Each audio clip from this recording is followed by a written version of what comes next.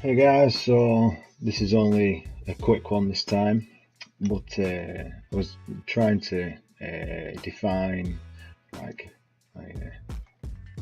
my character, like my dynamic first person character. Now, in the past, I tried using, the first person arms and guns and whatnot, but I soon realised there can be complications with it. Granted, you're a floating set of arms with weaponry, but if you plan to do something, I don't know if you was to do it co-op, but you needed your player to be first person, then you need to do it in the format where you're actually using a third person character as opposed to using a first person. Yeah. This way you can give it appropriate animations. As I've said in one of my recent videos, I've now got full aim space. What I mean by that is, the character can look up and down freely. Now, because I'm turning it via the mouse, will spin. This sort of thing for gun games is quite commonplace. I've seen it a lot in the COD games. You can see characters that'll just spin rather than turn on point because I don't have the proper animations for it. So this will do for now. In addition to that, I've socketed the weapons, which I can cycle through, and as you can see, you can actually see them attach where they need to be on the hands for the guns, and shoot it. It'll do it from the muzzle of the gun, even from the original shot of where the actual location of the gun is, it'll shoot from that location.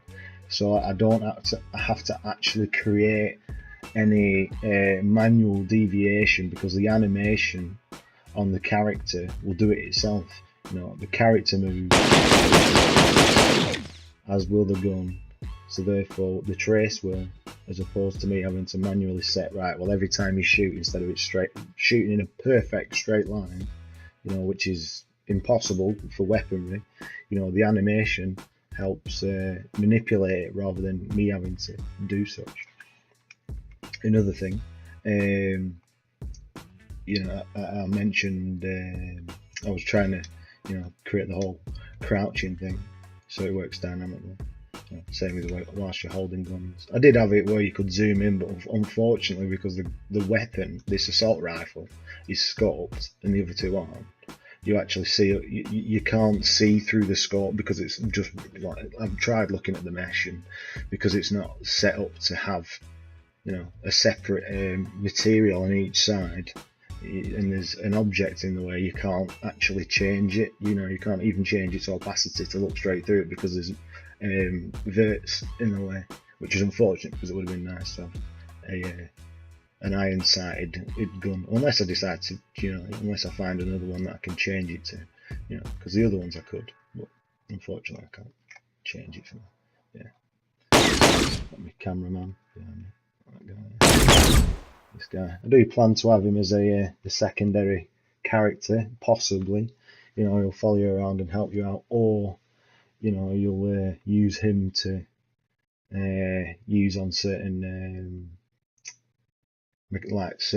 do certain mechanics later on. So I don't know, maybe you could repair things that your character can't. Instead of giving him guns, I'll give him a toolbox and some wrenches or something. Or he could take out batteries or